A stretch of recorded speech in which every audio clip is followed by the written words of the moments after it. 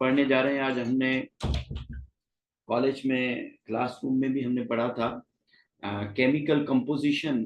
हम देखेंगे साइटोप्लाज्म की, कि साइटोप्लाज्म की केमिकल कंपोजिशन क्या होती है।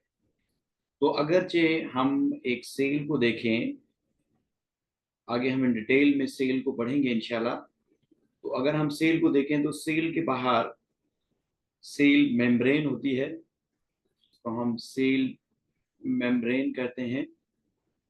सेल के बाहर सेल मेम्ब्रेन है और सेल के अंदर जो ब्रेन ऑफ द सेल है, this brain of the cell is called nucleus. इसको हम न्यूक्लियस कहते हैं। ठीक है जी। तो न्यूक्लियस और न्यूक्लियर, ये न्यूक्लियर मेम्ब्रेन है और ये सेल मेम्ब्रेन है। तो न्यूक्लियर मेम्ब्रेन मींस न्यूक्लियस, और ये जो सेल मेम्ब्रेन है इसके बीच में ये वाला जो पोर्शन है, ये वाला जो पोर्शन है, इसको हम साइटोप्लाज्म कहते हैं।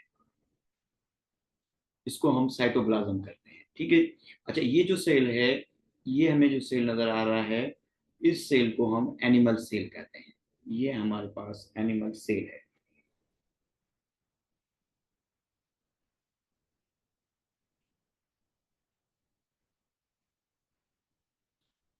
अच्छा, प्लांट सेल को जब हम देखते हैं तो प्लांट सेल के बाहर हमें सेल वॉल नजर आती है। प्लांट सेल के बाहर हमें यूं सेल वॉल नजर आती है। ठीक है जी। और इसके अंदर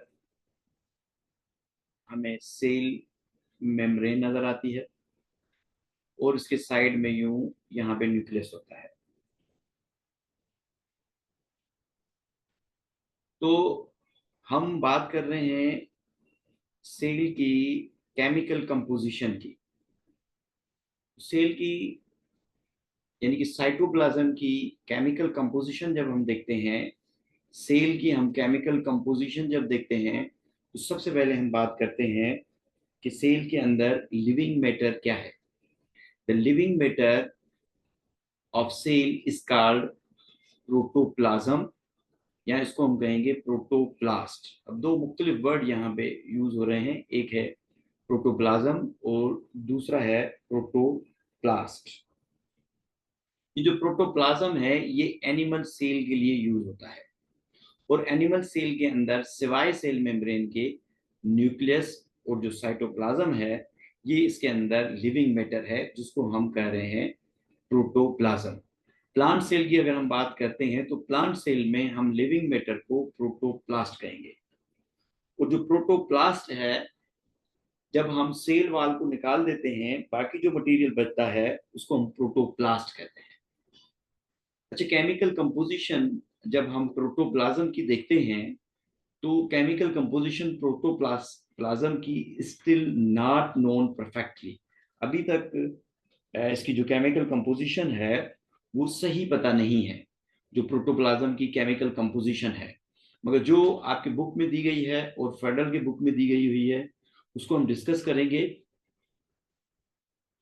जब हम केमिकल कंपोजिशन प्रोटोप्लाज्म की देखते हैं तो इसके अंदर हम सबसे पहले बात करेंगे बायोलॉजिकल मॉलिक्यूल की, और बायोलॉजिकल मॉलिक्यूल की हम क्लासिफिकेशन करेंगे। बायोलॉजिकल मॉलिक्यूल की हम क्लासिफिकेशन करेंगे upon the based upon the composition. Biological molecules जो कि लिविंग ऑर्गेनिज्म के अंदर बनते हैं उनको हम बायोलॉजिकल मॉलिक्यूल कहते हैं। बायोलॉजिकल मॉलिक्यूल को हम क्लासिफाई करने जा रहे हैं बेस्ड ऑन द कंपोजिशन, कि किस तरीके से बने हुए हैं। तो हमारे पास दो अकसाम के बायोलॉजिकल मॉलिक्यूल आते हैं। इन दो अकसाम के बायोलॉजिकल मॉलिक्यूल को जब हम देखते हैं तो एक हमारे पास ऑर्गेनिक मॉलिक्यूल है और दूसरे हमारे पास इनऑर्गेनिक मॉलिक्यूल हैं। तो जो ऑर्गेनिक मॉलिक्यूल हैं, ये ऑर्गेनिक मॉलिक्यूल क्या होते हैं? These molecule which contain both carbon and hydrogen together. इनमें कार्बन और हाइड्रोजन दोनों एक साथ होते हैं। तो इन मॉलिक्यूल्स को हम बायोलॉजिकल मॉलिक्यूल कहेंगे, ऑर्गेनिक मॉलिक्यूल कहेंगे इनको। अच्छा, इनकी जो एग्जांपल है वो आपने याद रखनी है, इन डिटेल में आगे हम बढ़ेंगे। एक हमारे पास कार्बोहाइड्रेट आ जाता है, दूसरा हमारे पास प्रोटीन है, तीसरा हमारे पास लिपिड है, चौथा हमारे पास न्यूक्लिक एसिड है, जिसके अंदर डीएनए और आरएनए हम पढ़ेंगे। जो पांचवी चीज हम पढ़ेंगे ऑर्गेनिक मॉलिक्यूल के अंदर, वो कॉन्जुगेटेड मॉलिक्यूल होगी, उसको भी हम देखेंगे।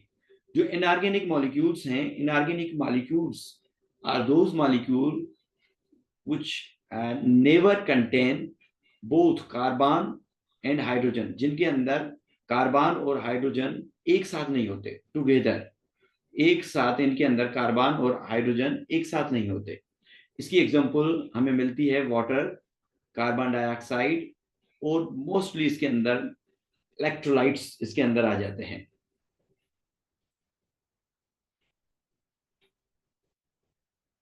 आगे हम बात करेंगे बायोजेनिक एलिमेंट या बायो एलिमेंट की हम बात करेंगे।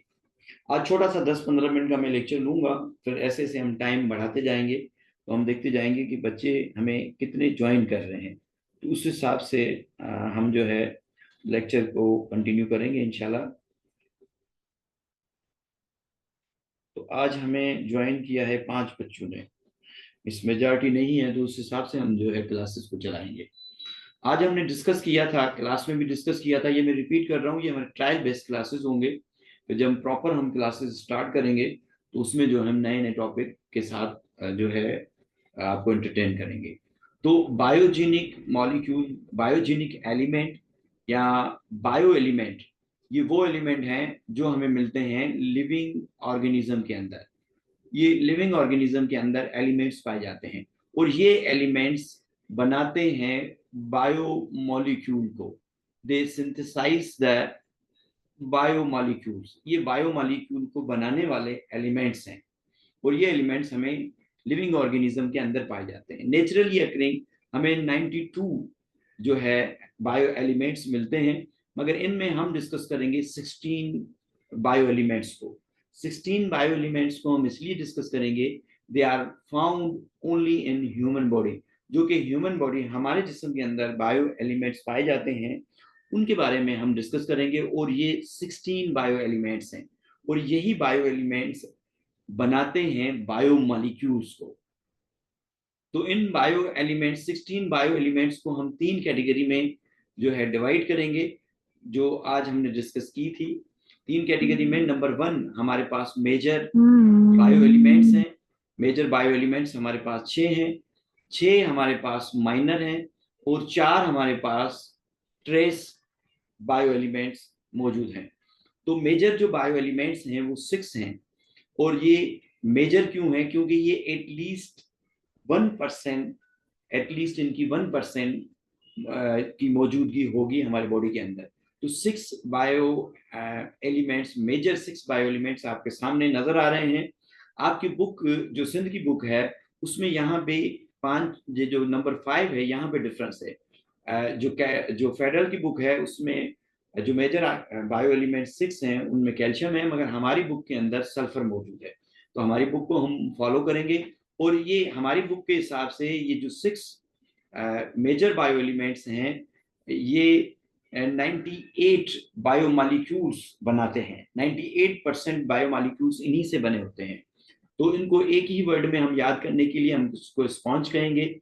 एस फॉर सल्फर है, पी फॉर फास्फोरस है, ओ फॉर ऑक्सीजन है, एन फॉर नाइट्रोजन है, और सी फॉर कार्बन, और एच फॉर हाइड्रोजन है। तो यहाँ पे हम मुख्तलिफ परसेंटेज के हिसाब से इन मेजर बायो एलिमेंट्स को देखेंगे, जो कि 98% जो बायोमोलिक्यूल्स हैं वो इनके बने होते हैं, और फेडरल की बुक में ये 99% दिखाए गए हैं। तो सबसे ज्यादा जो most abundant bio elements, major bio elements है, वो ऑक्सीजन है, जो कि 65% होता है, और जो लोवेस्ट मेजर बायो एलिमेंट है वो 1% है, जो कि फास्फोरस है। बाकी कार्बन 18% होता है, हाइड्रोजन 10% होता है, और जो नाइट्रोजन है वो 3% होता है, कैल्शियम जो है 2% होता है, सल्फर सिंध की बुक में है, सल्फर की बात करेंगे तो ये 0.25% है, मीन्स ये माइनर के अंदर आ जाता है। अगर हम बात करेंगे फास्फोरस की, तो फास्फोरस 1% है। तो मेजर बायो एलिमेंट्स हम उनको कहेंगे जो कि एटलीस्ट 1% की मिकदार में मौजूद हो। तो नंबर 2 जो हमारे पास हैं वो माइनर बायो एलिमेंट हैं जिनका नंबर भी 6 है। तो ये पोटेशियम इसके अंदर आ जाता है, 0.3% की तादाद में ये मिलते हैं। जो सल्फर है 0.25% है, आयरन जो है 0.25% है, क्लोरीन जो है वो 0.15% है, और जो सोडियम है 0.15% है, जो मैग्नीशियम है वो 0.01% हमें मिलता है। अब माइनर हम किन बायो एलिमेंट्स को कहेंगे, तो जो माइनर बायो एलिमेंट्स हैं वो लेस देन 1% में होने चाहिए और ग्रेटर देन 0.01% में होनी चाहिए। तो आप यहाँ पे इनको देखेंगे तो ये लेस देन 1% है और ग्रेटर देन 0.01% की तादाद में मिल रहे हैं, तो इस हिसाब से हम इसको माइनर कहते हैं। ट्रेस जो है, ट्रेस ये लेस देन 0.01% में हमें मिलते हैं और इसके अंदर 4 ट्रेस बायो एलिमेंट्स आ जाते हैं। नंबर 1 कॉपर है, नंबर 2 मैग्नीज है, नंबर 3 जिंक है और नंबर 4 जो है ये आयोडीन है। तो 16 बायो एलिमेंट्स में जो है 6 मेजर हैं, 6 माइनर हैं और 4 जो है ट्रेस एलिमेंट हैं। यूं जो है 16 हमें जो है बायो एलिमेंट्स मिलते हैं जो कि ह्यूमन बॉडी के अंदर पाए जाते हैं। तो आज हमने